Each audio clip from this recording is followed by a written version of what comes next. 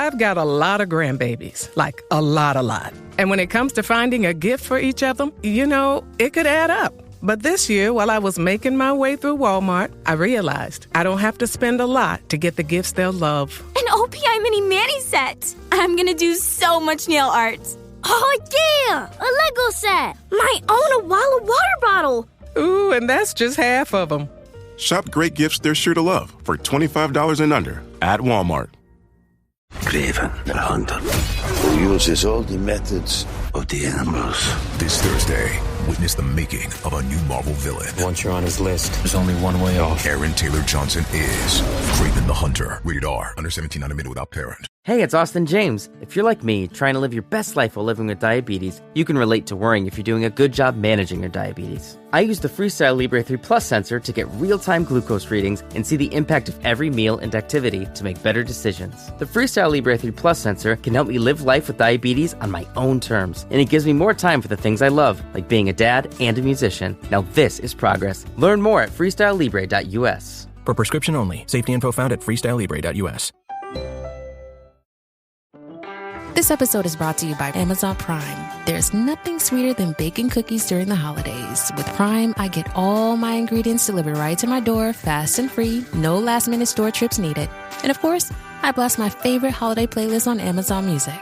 It's the ultimate soundtrack for creating unforgettable memories. From streaming to shopping, it's on Prime. Visit Amazon.com/Prime to get more out of whatever you're into.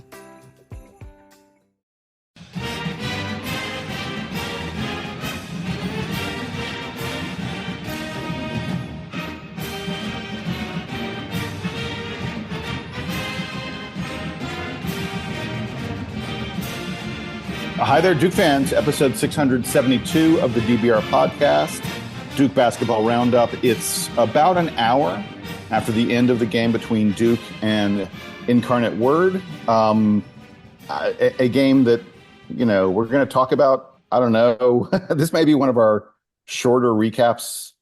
Not a ton to say about this one, maybe. Am I spoiling it before we even get to it? I don't know. I'm Jason Evans, joined by my buddy Donald Wine.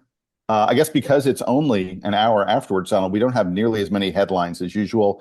I also think we don't have as many headlines because this was kind of an uninspiring game. Yeah, I will start with this. We're not going to get to the headlines yet, but before we get to the headlines, Jason, sure. I want to shout out Ben Swain, who's a great follow on social media. Yeah. He said, so according to him, because he did the stats, so Duke men's basketball didn't have to. Duke tonight moved to 21-0 all time against opponents starting with non-directional adjectives. What does that mean? That's like Brown, Auburn, Long Beach State, Holy Cross, Old Dominion, New Hampshire, New Mexico State, New Orleans, Oral Roberts, and now Incarnate Word. 21-0 all time. So if you are a team that has a non-directional adjective that starts your name, you are in trouble when you play Duke. Wow, that I had not seen that. That is incredible. I love the fact that Brown and Auburn, I wouldn't have thought about those, but yes, absolutely. Mm-hmm. Oral Roberts. Ooh. Yeah, when I read it, I was like, that can't be, like, I don't know what he's saying. And I'm like reading, I was like, what is he talking? Oh, I get it. Oh, that's clever. That's really clever. So, again, Ben Swain is a great follow on social media, whatever platform you're on and he's on. Definitely do it. It's very entertaining. He knows his stuff about Duke basketball, and then he comes up with stuff like this that just blows your mind. Oh, that's tremendously impressive. Really cool stuff. All right, let's get to the game. The Blue Devils win this one 72-46. Donald, I'm going to tell you right now, if you flip the halves, if the second half had been the first half and Duke had come out of the gates, held Incarnate Word scoreless for 6 minutes, jumped out to a 44-25 lead at halftime, and then sort of coasted home 72-46, none of us would be saying anything about this game. We'd just be like, yeah, that's what we expected. Instead, flip the halves the other way. It's only 28-21 at halftime. It was frankly a one-possession game until late in the first half. Mm-hmm. And God, Duke just felt so sluggish. Before we get to our thoughts, you've looked at all the headlines, my friend. Tell me, what have the masses given us to say about this contest? Yeah, so there's a few that I wanted to mention. First off, from Dave Jordan, who writes in quite a bit, usually gives us a few headlines, and he did so today. But my favorite one that kind of described this game was Duke plays with its food in the first half, feast on meat and potatoes in the second, and we will talk about the tale of two halves that you alluded to. Ben Powell calls up the Incarnate Word name, and he goes, "There is no safe word. Incarnate gets man-mandled." And we would talk about man-man. I like that one. That one was great. And Josh Levinson wrote, again, he's one that writes in quite a bit. He actually gave me a couple, so I'm going to mention both of those. So one of them was, "Word up, Man and the Devils put the cards down on Coach K court." And then finally, Jason, again from Josh Levinson, "Understudies earn extra credit on the eve of exams." I think that tells you the second half, where we got to see a lot further down the bench than we normally do in these games for a lot of different reasons. But yeah, I think this game was a tale of two halves, and it was led by, and we didn't really get to anything about Isaiah Evans or Slim Zay, as I'm trying to call him. But yeah, the tale of two halves, I think we probably start with that. But I'm going to let you take it since you're the host. Well, we just got one. I literally just checked my email. I want to add one more. Ted Allen wrote to us. He said, "It's a man world. Malawach Duke get the last word in second half route." That's a good headline from Ted. So I wanted to give him that shout out. Yeah, let's go ahead and talk about, what happened in this game. And I think if we're going to start with the good, we start with the second half, because the energy that Duke had late in the first half, around the under 8 timeout or so, you really saw Duke showing a lot more energy. It was the defense feeding the offense. At least that's what I noticed continually in this game, that we would turn up the pressure. Even if it didn't lead to turnovers in the second half, especially, it would lead to shot clock violations. It led to shot clocks running down and guys having to take really bad shots. Incarnate Word took a tremendous number of shots on the move. They hit a couple of them, but for the most part, they couldn't hit anything because those shots were so difficult and Duke was in their face so much. And when we got them in those difficult shot situations, when our defensive intensity was turned up, it would then lead to the game being played faster and better opportunities on offense too. And that, to me, was a big key to Duke having a productive second half, whereas we didn't have a productive first half. I love the fact that it took them 6.5 minutes to get a point in the second half. I mean, that's huge. Before we get specifically to man, Donald, talk to me a little bit more about the energy you saw on defense. Well, I think the defense energy, I thought that was present for the entire game. The entire game, Incarnate Word shoots 32%. Dude, wait. I don't know about that. I feel like the first 10 minutes, we did not have the defensive intensity we usually do. So disagree? I disagree, because I think it was a little bit less, but I disagree in the fact that it wasn't present. I think it just maybe not at the level that we've seen over the last few games. But again, I think we're kind of splitting hairs with that. But I mean, when you look at the score, right? Like, we weren't necessarily worried about them putting up a bunch of points, right? They still only scored 21 points in the first half. It was our lack of offense in the first half that I was a little bit more concerned with. And again, we'll talk about that a little bit later. But I think, again, overall defense, 32%, they allowed 32% from the floor, 21.7% from three. Jason, the one thing that they did well, shout out to everyone who was in the building, because they only shot 58.3% from the charity stripe, which is something that we have talked about on this show. Our free throw defense has been awful this year. That's the only thing about it. But now we're back on track. Only allowed 7 assists, and they forced 11 turnovers. And I think, Jason, I think you're right. In the second half, we had that defensive intensity that fueled our offense a bit more. And in the first half, I thought there was times where our defensive presence was there, but it wasn't fueling our offense. Our offense wasn't responding in kind. In the second half, it did for a little bit before we, basically took everybody out and put everybody down the bench in to get some time. So I really liked the energy. The second half I thought was great. And I think as we move into the second half, right, that one guy who took advantage of the energy that was present in the second half was Isaiah Evans. He comes off the bench, he gets 14 points, all of them in the second half. And again, he started, again, just like everybody, kind of started out a little slow, but once he hit his motor, he hit it pretty hard, and he was hitting some good shots. He was, again, working around. They were moving the ball around, and I think the offense, maybe they, again, we'll talk about, but maybe they need a first half to kind of get in motion. We wish they didn't, but the second half, I thought they were more fluid on both sides of the basketball, and I think that is the key here. Is in the first half, I thought it was very disjointed, even though the defense may have been producing the numbers. In the second half, there was more fluidity from both offense and especially on defense. Yeah, you're talking about Isaiah Evans, 4 of 6 from 3. And I'll be referencing that number again when we get to the bad, when I talk about how the rest of the guys shot. The rest of the team shot, yeah. Yeah, but Isaiah at least was 4 of 6. He once again showed that he can be an absolute microwave, that when he gets hot, look out, he scorches the nets. And it's good to see him continuing to get these early runs. He was more productive in the second half, but he was in there in the first half with the starters when the game was more competitive. As we've said again and again, and I want to keep track of it because I think it is significant. He remains firmly in the rotation, no matter who the opponent appears to be for Duke, and he's getting runs alongside Cooper, alongside Tyrese, alongside the regular starters, the guys who frankly didn't play a lot in the second half as the game quickly got to be out of hand. The other guy, I can't believe that we started with Isaiah very briefly. Real quick on Isaiah. Isaiah. You mentioned that he was 4 for 6 from 3, and that included one sequence where he took a 3. It was an open 3. He missed it. ManMan got the rebound, passed it right back out to him, gave it right back to him, and he popped and swapped. And then again, you could see kind of in his mind, he went, "That's what I wanted to do the first time." And you could tell that was one of the first 3s he made, and I think it fueled the rest of his half because at that point he was dynamite. Yeah. By the way, he missed one in the first half where where he went up with that really, one of the things about Isaiah that I think separates him a little bit from like a Con Knipple, Con catches the ball high and gets his shot off quickly. Isaiah really gets his shot off quickly. And it feels to me like he can shoot on the move from 3 in a little bit of a way that you don't necessarily see from Con and the other guys in this Duke team that are bombing away from out there. Yeah, Isaiah's just, as we've said, just he's more capable of getting hot and getting off those shots whenever he wants them.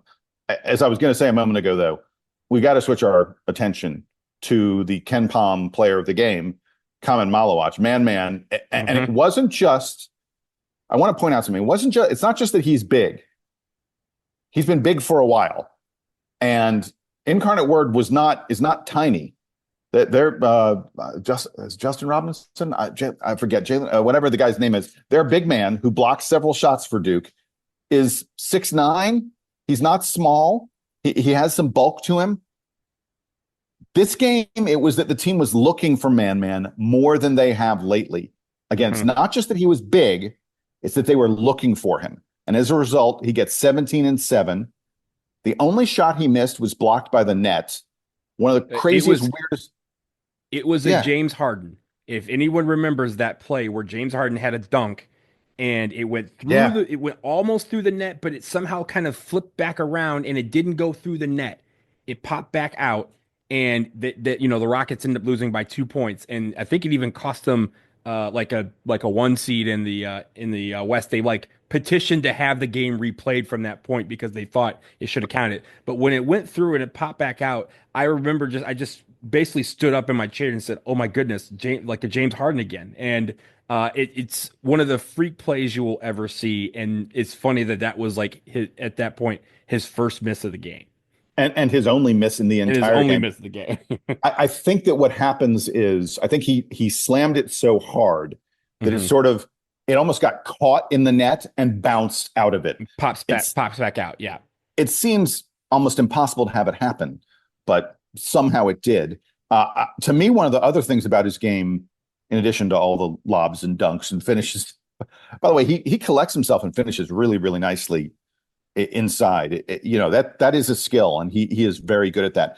I was really impressed with his offensive rebounding and what he did with those offensive rebounds, because he would immediately, there were a couple times, maybe once or twice, he got an offensive rebound. He was like, "Oh, I can just take this up and dunk it." But if there are other guys around, he relocated the ball to the perimeter.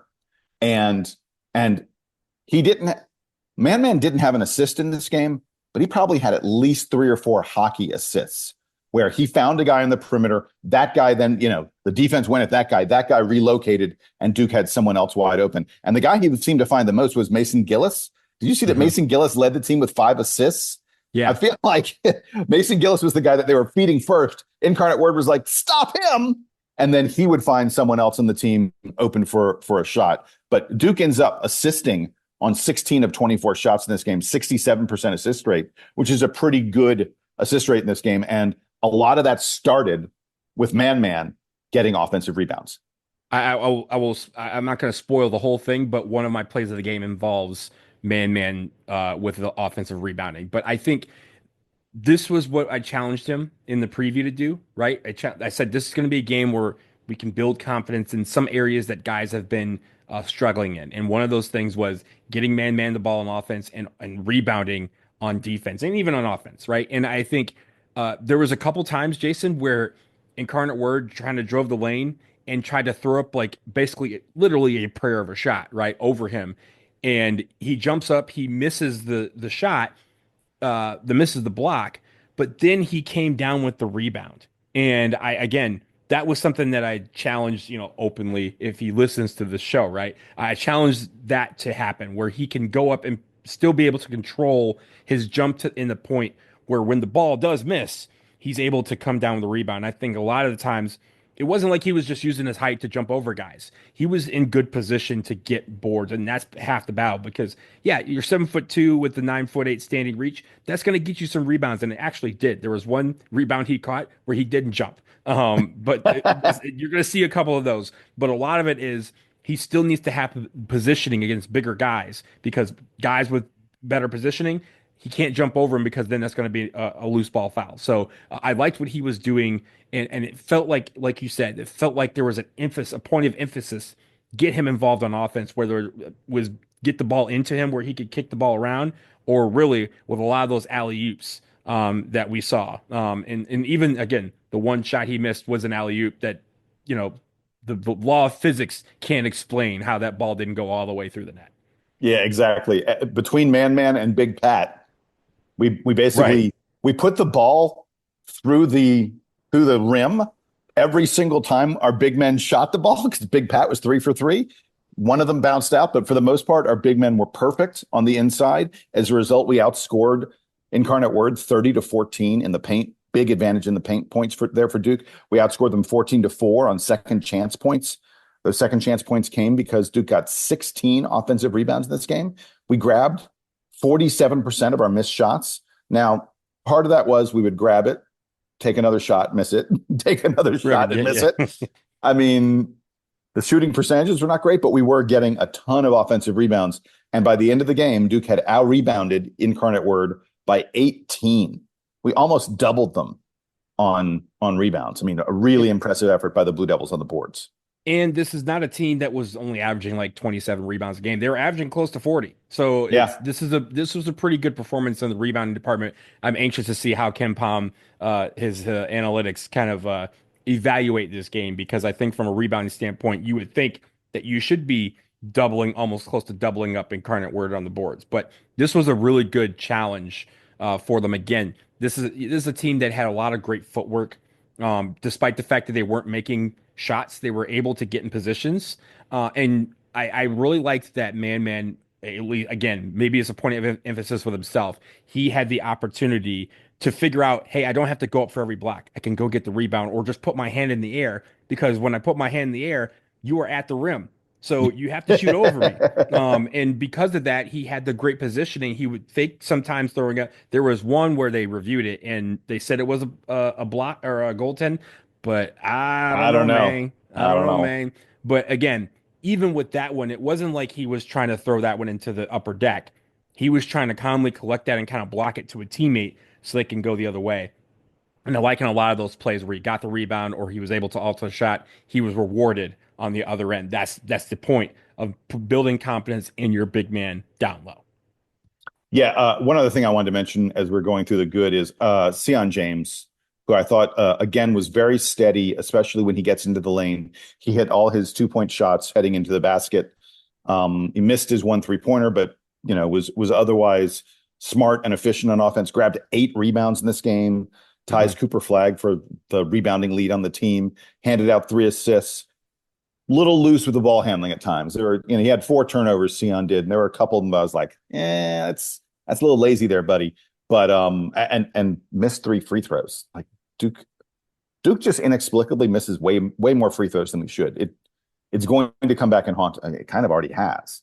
And he's a guy that I think had only missed one entering today. He was one of the good three-point free throw shooters on the team so far this season. So yeah, it was kind of a off night for him. And I think there was at least one turnover where he came down with the rebound, and when he came down with the rebound, someone from behind came and like swiped the ball from him, and it went the other way. So again, it chalk that play up to being unlucky, but I thought and the thing also, Jason, is I liked how he recovered from the fact that he spent a lot of the first 10 minutes on the bench. Yeah, he picked up two fouls in less than a minute. Yeah.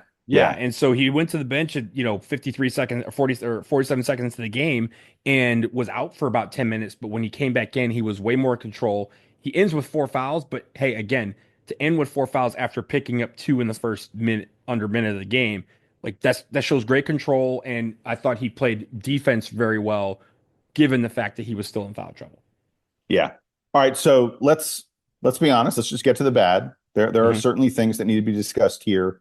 I'll start with the shooting. I mentioned earlier that Isaiah Evans was 4 of 6. When you subtract Isaiah Evans from the rest of the team, it was an abysmal shooting night from the outside. Aside from Isaiah, Duke was just 4 of 19 on 3-pointers. That comes to 21%. And as we mentioned in the preview, this Incarnate Word team is one of the worst teams in the country at defending the 3-point line. I really had expected Duke to get a lot more good looks from the outside than they did. They took 25 threes, but I mean, to only hit 8 of them, and again, only 4 from guys other than Isaiah Evans. And it's worth noting a lot of Isaiah Evans's threes came late in the game when the contest had sort of been decided already. When it mattered, Duke was, once again, really, really cold from the outside. And God, these slow starts. It's just driving all of us crazy. We're giving up offensive rebounds early on to Incarnate Word. Big Pat came in the game fairly early and was fumbling the ball around, committed a couple turnovers like the first couple times they tried to get him the ball. Duke only had 12 points through the first 12 minutes. We had 6 turnovers in the first 10 minutes of the game. Donald, what are we going to do about these slow starts? I don't know. And I think the only saving grace about this slow start is that we were still ahead, right? Throughout it was like 14 to 12, 15 to 13, whatever it was. Oh, it's just, yeah. But still, yeah, like we end the half with a flurry to get to 28 points, which is by far our lowest, shooting half. I think it was the lowest scoring half since the Louisville game, a couple years ago or something like that. But this is indicative, again, I don't know. My best friend texted was like, "We really hate first halves, don't we? We sort of do, and it feels like we're allergic to first half. So if anybody out there has the first half EpiPen, send it on over to Cameron Indoor Stadium because they're going to need it. I think maybe it's pressure. I don't know, but also coming off of the week that we had, right? The win against Auburn, the win at Louisville. We're up to number 4 in the country with a 48-hour turnaround. They played like they played, they had just played 48 hours prior. They played a little lethargic. They played a little slow. Things were not quite coming together. And that is where the team needs to be mentally sharp. And again, this is the first time we've had to deal with this all season. So the saving grace. Yeah, but it won't be the last. I mean, it won't be the last, right? Wait. In addition to ACC games, it is worth noting when you get to the NCAA tournament, half your games are going to be 48-hour turnarounds, if not less. And that's my point. This is the first time this year we've done it. That way we can learn how to not do that again. Because as you mentioned, there's a lot of opportunities this winter where we're going to have, a Saturday, Monday turnaround. Or again, in the ACC tournament, you're hopefully playing 3 games in 3 days and winning. Then you get to the NCAA tournament where they're all every other day. So you're right. Like, we're going to have to deal with this more. I'm glad we are learning from this now. And what we have learned, do not play like this in the first half of a game coming off of a big win. It's just because, again, a better team is going to take you out to lunch if you do that. Yeah, look, the honest to God truth is, if it's not for the fact that ManMan is a huge, huge human being, Duke is probably losing at the half to one of the bottom 100 teams in all of college basketball. And let's be clear, it's not like Incarnate Word was playing great basketball. They were just 2 of 11 on threes in the first half. And they missed some really good looks. They took some bad shots also, but they missed some shots that I'm sure they expected to make. But in the because first half, they hit 40% from three, right? And yeah, we did a exactly. great job at limiting them on that. I mean, they shot what, 15% is what I said from three. So Yeah. we did a great job there, but you're right. There was a lot of shots where I'm sure they're in the huddle like, that normally goes in. And they were a little bit frustrated on their side about their shooting and how that probably cost them this game. Yeah, but let me give you a couple stats. In the first half, Duke was just 2 of 13 on three-pointers, 10 of 30 overall. But remember, we had ManMan helping us out. Players not named ManMan, players of the team who were not 7+ feet tall in the first half were just 6 of 26 from the field. That's 23%. It was incredibly frustrating to watch. It was one of these games. Duke was never in, even when it was like a one-possession game. Duke was never in danger of losing this game, but they just did not look good for a long, long time in this contest. And I mean, part of it is that 48-hour turnaround.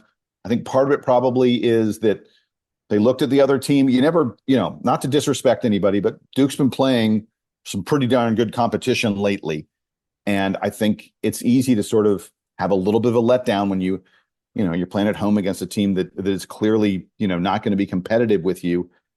And they got exams coming up. I'm sure they've been studying a little bit more because the exams apparently start tomorrow. So I understand it. It's not a huge deal, but it wasn't fun to watch. I will also say one of the bad things in this game is kind of twofold. One, we didn't have Malik Brown. I think you mentioned this, but he was out with a toe injury. So, of course, Duke's most fiercest rival in program history resurfaces. Duke versus toes. So I don't know what It's more feet. I think it's more feet than toes because we got some metatarsal action happening. Most Duke fans did not know what a metatarsal was until they started watching Duke basketball. Then every year it kind of seems to poke itself out and say, "Hello, my name is metatarsal." Hopefully, again, they mentioned that he's okay, that he probably would have played if this was a big time game. But hopefully Malik Brown is back very, very soon and gets the week rest. But I will say this, Jason, really quick, I was going to say it doesn't sound like it's something that is supposed to linger at all, right? And Duke has a 1 week break now, and I think they're just sort of like, let's just play it safe, make sure it doesn't turn into something that matters. But where it does matter is this was an opportunity for guys further down the bench to step up. And a lot of them didn't take advantage of that opportunity, at least in the first half, right? ManMan, I thought did great, but Gongba did okay, but he didn't do enough, right? And so when you have those opportunities, you want to take advantage of them. And it wasn't a matter of guys coming into the game and being overly aggressive, right? Like trying to, prove themselves on every given play. But they need to work hard. They need to be intense. They need to come in and say, hey, show why they deserve more minutes. And this was an opportunity to do that. And I think a lot of guys probably will lament the fact that they didn't do well given that opportunity. So that is where it is, right? It is, again, hopefully Malik Brown is the last person that has to sit out due to injury, but we know that's not going to be the case. There's going to be guys who pick up knocks here and there. It's a long season. But when that next man is up and that is you have to be ready. And you have to come. It does not matter if it's Incarnate Word. It does not matter if it's UNC. It does not matter if it's the Final Four. You have to be ready when your number is called. And at any given point, your number could be called for any various reason, not just injury. So I hope this is a lesson for everybody on the team that, hey, if one guy is out, we need to pick up the slack and those responsibilities and make sure that we execute, because execution will not give us a day off because one of our good players is out. Yeah, look, the bottom line is Duke didn't have any pep in their step in this game. They just didn't. Yeah. Well, I mean, other than the first, 8 or so minutes of the second half when they really turned up the pressure, took a somewhat close game and made it into a laugher and then coasted their way home as Isaiah Evans hit all the threes and the such. Hey, let's get to our play of the game. What is your choice? I got 2 possible nominees. Okay, so my play of the game actually did not result in a point. And it is a series of offensive rebounds by ManMan. He had one where there was a three-pointer. I forgot who took the first three-pointer. He grabbed the offensive rebound over 2 guys. He then, as you mentioned, did so well at, he found another guy on the corner, passed it out to them. They take a shot. I think it was Cooper Flagg in the corner. He takes a shot. He misses. The ball goes to the other side of the court. ManMan, who is basically out, close to the Incarnate Word bench by where flag had shot the ball, runs out to the other side of the court and is the guy who grabs the offensive rebound, passes it to a third person who misses the shot. He then tips the ball in the air. He somehow gets his hands on it, tips the ball in the air, and was not able to secure the rebound. But again, the reason why that's my play of the game is because it showed of very few guys that had that spunk and, as you mentioned, that pep in their step. I found out at that point that ManMan definitely did. And when's the last time you've seen a guy get a rebound on one end of the court, go all the way in the same sequence, go to the other side of the court to get another offensive rebound to set up another teammate for what could have been a great three-pointer? You don't see that very often, and that is what I love seeing. So I'm giving my play of the game to, again, we did not get a point off of that sequence, but ManMan got 2 offensive rebounds, and it showed that if he can hustle and get to one end or the other, the tall is one thing, but the aggressiveness at going after the offensive rebounds is what we want to see more of. Well, everyone talks about ManMan's standing reach and such. What you don't talk about is his stride. Dude has super long legs. He can get from one side of the court to the other because he only takes like 2 steps to do it. Well, he had that and one where he caught the ball 23 feet from the basket. He took one dribble and then was in somebody's face inside the circle. So I know. Yeah, that stride is everything. But again, it doesn't matter if you don't use it to your advantage. And in that play, he did. My play of the game came with 14 minutes left in the second half as Duke was pulling away. Cooper Flag, there was sort of a scramble. Cooper Flag grabbed a rebound, took a couple dribbles, fed Sion James racing up the floor. And Sion made this absurd one-handed layup. I'm not sure if his other hand ever touched the ball. It was kind of crazy. And then in midair, he got fouled and he was almost losing it. And he redirected it. I don't know how the ball went through the hoop, but it somehow did. That was my play of the game. And I also wanted to shout out, Sion had a one-handed pass through two guys to Big Pat for a dunk that was real. It was only about 5 minutes left in the game or so, but it was really, really beautiful. So those are my 2 sort of co-play of the games. I was going to say, we only have one game this week. Right. I was going to say, we got to get the player of the week. Yeah. Say it with me at the same time. Use his nickname. 1, 2, 3, ManMan. Done. Yeah. Easy choice for player of the week this week. Kaman Malawach, 17-7. Yes, sir. You are the player in a game where, frankly, everyone else struggled throughout most of the contests. Even Isaiah Evans until he got hot. So, yeah, easy to pick him. Hey, we're going to take a quick break. On the other side of this break, we're going to talk about some unfortunate news regarding Duke football and who's going to quarterback us in our bowl game. Stay with us. This episode is brought to you by Disney Plus. Game on, because ESPN Plus content is available on Disney Plus. You can watch your favorites from Disney Plus, Hulu, and ESPN Plus together like never before. With ESPN Plus, unwrap a full day of NBA action on Christmas Day. Tip off the festivities with the Spurs and Knicks, followed by the Mavs and Timberwolves. Then a clash between the Lakers and Warriors, followed by the 76ers and Celtics. And finally, the Nuggets face off against the Suns, all streaming December 25th. Then with Hulu, watch the terrifying sci-fi thriller Alien Romulus, where a group of young space colonizers come face to face with the ultimate horror. And on Disney Plus, follow the adventures of 4 kids across the galaxy as they meet unlikely allies and enemies in Star Wars Skeleton Crew, starring Jude Law. All of these and more now streaming and available with a bundle subscription. Visit DisneyPlus.com for details. Terms apply. The holidays are back at Starbucks, and there's so much to share. With classics like Caramel Brulee Latte, Peppermint Mocha, and Chestnut Praline Latte, we're celebrating everyone's flavor of festivity. Order yours in the app. This year, Santa's bringing the power of Energizer into his workshop. Whoa, the Energizer Bunny's got so much power. Wait, he's powered up all the toys. I think that means we're done for the year. I love this bunny. He's the hardest working helper the North Pole has ever seen. And he wants all your gifts to have the power of the #1 longest lasting AA battery. So this holiday season, stock up on Santa's and the elves' favorite battery, Energizer Ultimate Lithium. So, you want to be a marketer. It's easy. You just have to score a ton of leads and figure out a way to turn them all into customers. Plus, manage a dozen channels, write 1 million blogs, and launch 100 campaigns all at once.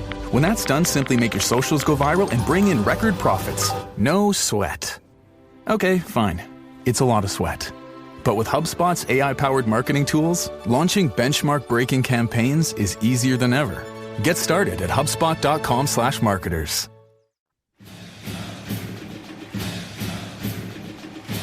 Donald, we're back from the break, and we're going to do a little bit of quick football stuff and regarding the transfer portal. It was announced, you and I recorded our episode where we talked a little bit about Duke's bowl appearance in the playoffs and stuff like that. And on that episode, we talked about the possibility of players sitting out for Ole Miss. I think we sort of said, guys could opt out for Duke too. We'll see. Mm-hmm. And it was only a short time, a few hours after we recorded, that word came down that Malik Murphy is entering the transfer portal again. Remember, he came to Duke as a transfer portal from Texas. He is entering the transfer portal again, and he will not be playing in Duke's bowl game. I first of all, I want to praise the Duke coaching staff, Manny Diaz, who had a very supportive statement. There's no hint of any sour grapes or any upset that we will not have our starting quarterback for the bowl game.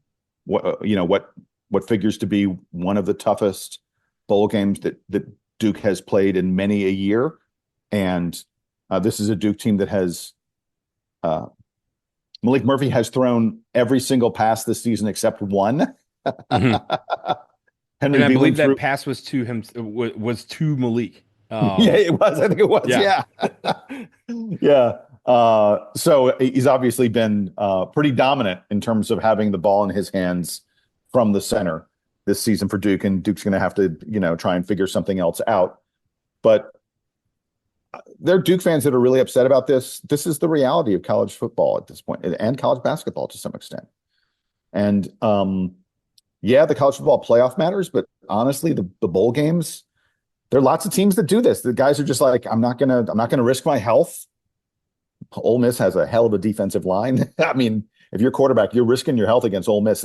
I think they lead the country in sacks. I believe. I haven't done deep research into them, but they get after quarterbacks, and Malik Murphy's not exactly the most mobile guy, the most elusive guy in that backfield. I can understand his decision.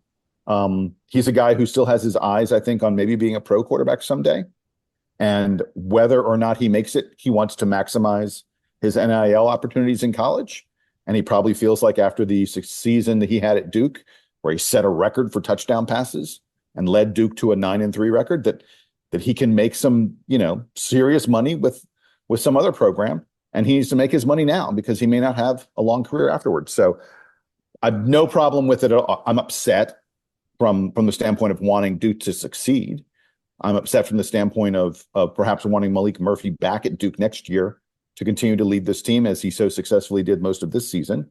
But it is what it is. And this is college football. And Duke fans who are angry, I think, probably need to check themselves a little bit and just see what the landscape of the sport looks like today, because this is what it looks like.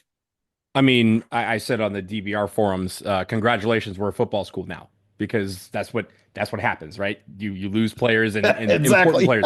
They may not be quarterbacks, right? But they may be other important players. And make no mistake, Malik Murphy might not be the lone guy going. I mean, there was one guy that entered the transfer portal before him. He may not be the last for Duke. So it's something that you have to deal with. But I do, I also think this, right? It's also, and the funny thing is Lane Kiffin of all people was criticizing the transfer portal, not the actual guys going into it, but the scheduling of the transfer portal in the middle of bowl season, because he said, hey, look, everyone has to deal with this. There was 1,000 football players that entered the transfer portal in the first 2 days, and Malik Murphy was one of them. So it's not, we're actually doing okay compared to the rest of the nation. Like, I think Ole Miss has already lost like 8 guys. And the thing is, they have to transfer now because they need to enroll in classes by the start of the year. And they can't, and they can't play for us. And a lot of schools are just like, hey, look, if you want to come here, we don't want you, playing in this bowl game where you might risk yourself to the point where we can't use you when you transfer. So guys got to do it now. It's the unfortunate situation that is the calendar, and that plays a lot into it. But I will say this: Malik Murphy, he came in, he did his job, right? He 20, like as you mentioned, school record for TD passes, led us to a 9-3 record, 2,900 yards, over 2,900 yards passing. And while there were struggles in offense, look, his last play was that walk-off touchdown against Wake Forest, right? Like, the one thing that we said that he could do. Amazing. And over the last few weeks of the season, we saw a lot more of what Malik Murphy could do. Malik Murphy could do, throwing the ball downfield, finding deep receivers. It may come as some surprise that he really enjoyed playing with Jordan Moore and Eli Pankel, because they went ham this season because of the fact that he was able to find them with balls, a lot of slant passes. So he's going to do well somewhere else. And the other thing is, he's very coveted. Because if you're looking at the 247 rankings for the transfer portal, he's in the top 5 for quarterbacks, which means he's probably going to get $1 million and a half somewhere else. So can't fault him for that. I think also you mentioned, Jason, that there's no ill will between him and the coaching staff. Because here's the thing, the coaching staff appeared to be ready for this, because as we haven't discussed in this show, Darian Mensah from Tulane, who had just entered the portal on Tuesday morning, it's still Tuesday. This morning, he entered the transfer portal, and this morning came to Duke to visit for his first visit. So he's the Tulane quarterback. He was a freshman this past year, a redshirt freshman, I believe. Had a really, really nice year for Tulane. Tulane, one of the better, non-power conference teams out there. And he literally entered the portal and immediately took a visit to Duke. We were, even before the visit was announced, Donald, you and I were hearing that Duke was potentially connected to this guy. And Darian, look at his stats, folks. Darian Mensah had a nice freshman year and looks like someone who could be really useful to Duke if we decide that's where we want to go. I was going to say 2,723 yards this year, 22 touchdowns with just 6 interceptions, had a 65.9% completion percentage. He also ran the ball 60 times for 132 yards and a touchdown, which is a little bit more mobile than Malik Murphy was. Right. But as I mentioned, when we hired Manny Diaz and when we got Malik Murphy, it goes with what I'm saying. Manny Diaz has a tendency to prefer quarterbacks that remain in the pocket and throw, as opposed to being more of a dual threat. You and I and all of us Duke fans are used to having dual threat quarterbacks. We have had them for upwards of 20 years, right? From all the way back to when I was in school. We had guys who didn't really remain in the pocket. Thad Lewis I'm older than Thad Lewis. So like even before him, right? We had guys, and also that was the product of the situation where we may have had guys where you needed to run a little bit more to get more time to throw, right? Now we have better offensive linemen. And so the idea was get better offensive linemen. He can stay in the pocket and zing passes all day. Again, it didn't really happen in the consistency that we wanted, but Duke fans need to get used to the fact that Manny Diaz is probably going to want guys to stay in the pocket, throw the ball downfield, and move the chains, and prefer maybe a good running back that is going to take a lot of those yards. Again, we handed the ball off to Star Thomas quite a bit. Jacquez Moore would have gotten those carries had he not been hurt for the majority of the year. And hopefully, he getting redshirted. So hopefully he returns next year and he can be that workhorse for whoever lines up under center. I will also say this now, this is the second year in a row, we have to go into a bowl game without our starting quarterback, right? Because remember, Riley Leonard transferred, also was not healthy, so he wasn't going to play anyway. Right. But he had already transferred to Notre Dame. But he stuck around for the bowl game, and he stuck around. A lot of the guys who entered the transfer portal last year ended up sticking around to support their guys during the bowl game. I hope that happens for Malik Murphy, and by all accounts, he's very well liked by his teammates, and that might be a situation where you may see him on the sidelines at the Gator Bowl, just not playing because he's already made his decision on where to go for the next phase of his career. But Henry Bielin, the fourth, obviously we've seen him before. Grayson Loftus, we've seen him before. One of those guys, hopefully will be under center for us. And I have no qualms with either of them, because I think, again, they know the offense. They've been around a long time. Duke fans are used to them, and they may be more the dual threat that a lot of Duke fans might want to showcase. So, and they'll have a chip on their shoulder, because obviously both of them will be gunning for the number one spot should they choose to remain in Durham next year. So again, Malik Murphy, hats off to you. And also, Jason, I will say the two teams that are rumored to be getting or going after Malik Murphy really hard are Auburn and Miami. So I might be able to cheer for him again next year, just in a different uniform and not when he's playing us. I was going to mention, you said Henry Bielin and Grayson Loftus. Those two guys, I'm sure, are thinking over the next couple of weeks, I get my chance to show this coaching staff, don't go get the kid from Tulane. You've got a starting quarterback right here, right now. And if that is where Duke decides to go, they could have maybe a little extra money from their NIL budget. If they're not paying as much for a transfer portal quarterback, they may have money in their NIL budget to afford some other priorities. That's just the reality of how college football works at this point. We have seen Manny Diaz be incredibly prepared and really active in building the Duke roster. He's done an incredible job recruiting so far. The transfer portal is the next part of that recruiting. And I strongly suspect that this coaching staff is very aware of the kind of players they want to go after. They're aware of sort of what they're able to spend in NIL. And they won 9 games this year. They've got a chance to win a 10th in a bowl game. I guarantee you Manny Diaz thinks this Duke team is capable of doing that kind of performance, if not better, every year. And he's going to manage his resources in a way that makes that happen. Also, you mentioned it. Don't be surprised if we're not as active in the transfer portal as we were last year when we kind of had to be, right? Because we had guys entering the portal. We had a new guy. The first thing Manny Diaz had to do was kind of secure some of the recruiting class that was waffling because they had lost Elko, and then he went out and got new guys. This recruiting class that he just signed not just a week ago is the best class that Duke has ever had in football.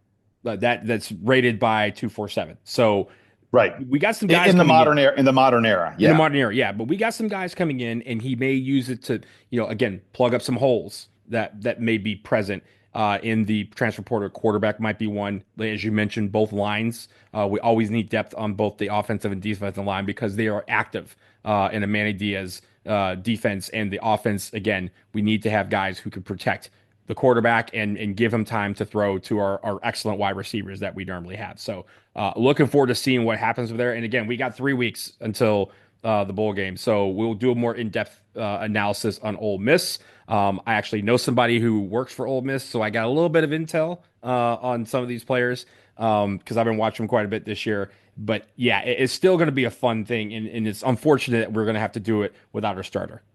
Yeah, it is unfortunate. We wish him well here on the DBR podcast. All right, with that, we wrap up the latest edition of the pod. He is Donald. I am Jason. We'll be back in your feed at some point, probably this weekend. No Duke game. Players are taking exams. They should be focused on their grades. Still matters. But we will have some content for you coming up very soon. And then soon after that, ACC battles begin. We got all kinds of stuff going on here. It has been a fun and busy preseason. It continues a little while longer. And for Donald, I'm Jason. Here's the Duke band playing us out, taking us home.